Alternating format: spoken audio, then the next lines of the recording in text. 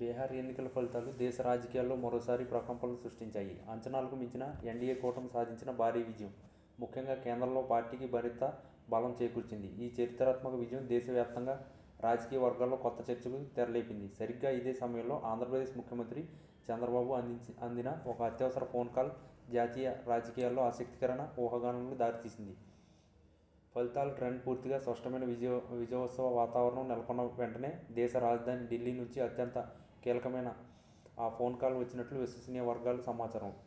స్వయంగా దేశ ప్రధాని ఆంధ్రప్రదేశ్ ముఖ్యమంత్రి చంద్రబాబు నాయుడుతో మాట్లాడారు. ఈ సంభాషణ కేవలం అభినందనలకు మాత్రమే పరిమితం కాలేదని, దీని వెనుక మరింత కీలకమైన అంశాలు ఉన్నాయని తెలుస్తుంది. బీహార్లో విజయం అద్భుతం. మీ సహకారం, మీ వ్యూహం జాతీయ స్థాయిలో ఎన్డీఏకు ఎంతో బలాన్ని ఇచ్చింది. ఈ వ్యూహాత్మాన్ని కొనసాగించాలి, ఉత్సాహాన్ని కొనసాగించాలి. వీలైనంత మీరు ఒకసారి ఢిల్లీకి రండి చంద్రబాబు గారు, తక్షణమే మాట్లాడాలి, చాలా ముఖ్యమైన విషయాలు ఉన్నాయి అని ప్రధాని మోడీ పేర్కొన్నట్లు ఢిల్లీలోని విశ్వసనీయ వర్గాలు మాట.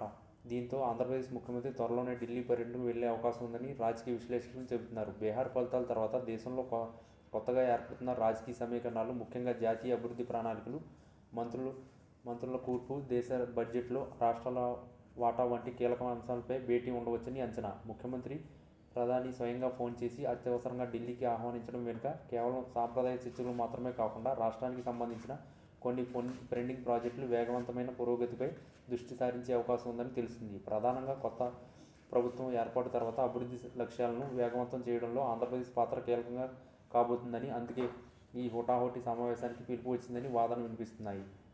ఈ పిలుపుతో జాతీయ రాజకీయాల్లో ఆంధ్రప్రదేశ్ ముఖ్యమంత్రి చంద్రబాబు స్థాయి ప్రాధాన్యత మరింత పెరిగిందని రాజకీయ పరిశీలకులు అభిప్రాయపడుతున్నారు. త్వరలో ఢిల్లీ జరగబోయే ఈ కీలక సమావేశం ఎట్లాంటి పరిణామాలకు దారితీస్తుందని యావత్ దేశం ఆసక్తిగా ఎదురుచూస్తుంది. రాష్ట్రంలోని అదనపు నిధులు ప్రాజెక్టులకు దక్కే అవకాశం ఉందని ఆశాభావం కూడా వ్యక్తమవుతుంది.